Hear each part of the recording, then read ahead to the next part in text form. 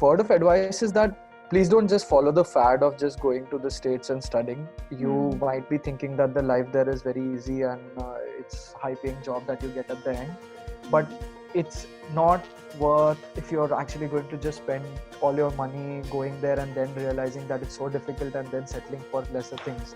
Do your research. You have a whole, if you're going directly after your college, please spend your last year at college and looking for options that you want to do after this. What are you interested in? Do enough research. Obviously, Collegepond helps you a lot. Understanding what colleges you apply to, Jimit is going to give you the colleges that you should apply to. But that doesn't mean that you don't do your enough research. That applying is not just about making SOPs and LORs. It's more about trying to find what you want to do.